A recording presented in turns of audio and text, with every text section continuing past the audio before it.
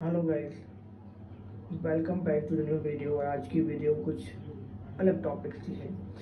Recently मैंने एक महीने से सोशल मीडिया में न्यूज़ देख रहा हूँ कि हमारी जो पाकिस्तानी एक्ट्रेस थी हुमायरा, उनका अवार्ड की डेथ हो गई, शिफाली की डेथ हो गई, इसके अलावा आयशा खान की डेथ हो गई, इसके अलावा और भी बाकी कोई हार्ट अटैक से मर गया, किसी को कार्डियक अरेस्ट हो गया, किसी को कुछ हो गया, किसी को कुछ हो गया। और सारी की सारी जो रीज़न थे, सबको डिप्रेशन था शिफाली को छोड़ के।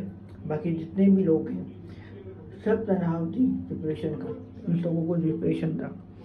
और उस डिप्रेशन से डिप्रेशन मैं भी गुजर के आया हूँ। और अल्हम्दुलिल्लाह मैं 6 मंथ तक उस चीज़ में था और अब मैं आई एम फिट और फाइन। मैं अल्हम्दुलिल्लाह मैं अब फिट और फाइन हूँ। मेरा सिर्फ कुछ लोगों से ये रिक्वेस्ट है कि खुदा आप कभी भी किसी का दिल ना दुखाएं।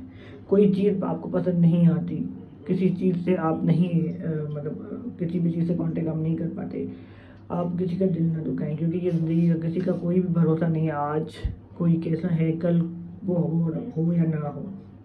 मेरी सबसे रिक्वेस्ट है, जितने भी लोग हैं, जितने भी लोग मेरी वीडियो देख रहे हैं, उन सबसे रिक्वेस्ट है कि आप प्लीज़ किसी का दिल ना दुखाएं और ज़्यादा से ज़्यादा लोगों से बात करें। क्योंकि जितनी भी ये डेथ्स हुई हैं उनमें एक चीज़ कॉमन थी कि कोई किसी के कांटेक्ट में नहीं था, किसी के साथ कोई भी हाय हेलो नहीं थी, और अकेले थे, अकेले रहते थे, अकेले तन्हा थे। हुमैरा मलिक 1 मंथ पहले ही डेथ हो गई और उनको पता ही नहीं चला घर वालों को। आयशा खान जो हमारी इंडस्ट्री की है, पाकिस्तान इंडस्ट्री की ही एक एक्टर है, उनकी भी डेथ हो गई, उनको भी पता नहीं चला। शिफाली भी इंजेक्शन थी या कार्डियक अरेस्ट जो भी थी, एक्सपायर जो भी रीज़न थे, लेकिन अब वही कहते हैं ना कि। और इसके अलावा एक और एक्ट्रेस थी जिसका नाम मुझे याद नहीं है, उसको भी कार्डियक अरेस्ट हो गया। तो देखिए ना, यहाँ पर अगर आप किसी के जाते जाते हुए अगर दुनिया में एक अच्छी मैसेज दे के जाए या एक अच्छी पैगाम दे, तो जाने के बाद लोग आपको याद करें। मैंने ये चीज़ महसूस की है जब मैं अपनी बात बताता हूँ ना। मैं जब उस चैनल में था, मेरी ज़िंदगी अजाब थी। 3 साल मैं उस चैनल में था, आरकेडी चैनल से था। और उस वक्त वो चीज़ मेरे लिए इतनी अजाब थी क्योंकि उस चैनल में इतना ज़्यादा मुझे टॉर्चर किया जाता था। इवन रिसेंटली मेरे रिलीजन को भी काफ़ी कुछ बोला गया था, लेकिन उसके बाद भी मैंने सबको माफ़ कर दिया। और फिर मैंने उस चीज़ से निकल के, और अभी मैं रिसेंटली काफ़ी टाइम से मैं नहीं जा रहा, और मैं अब अपनी लाइफ में बहुत खुश हूँ और अपनी लाइफ में बहुत आगे निकल चुका हूँ। अब ना मैं किसी तीर्थ के गब्बर में जाता हूँ, ना मैं उठ के गाँव में जाता हूँ, मैं कहीं भी किसी भी नहीं जाता हूँ। अपनी लाइफ को एंजॉय करता हूँ, हैप्पी मोमेंट से एंजॉय करता हूँ, अपनी स्टडी पे फोकस करता हूँ, अपने आप पे फोकस करता हूँ, अपनी हेल्थ पे फोकस करता हूँ, अपनी जिम पे फोकस करता हूँ। और मेरी अल्हम्दुलिल्लाह, अल्लाह का शुक्र है, अल्लाह का लाख लाख शुक्र है कि मेरी लाइफ अब बहुत ज़्यादा खुश है।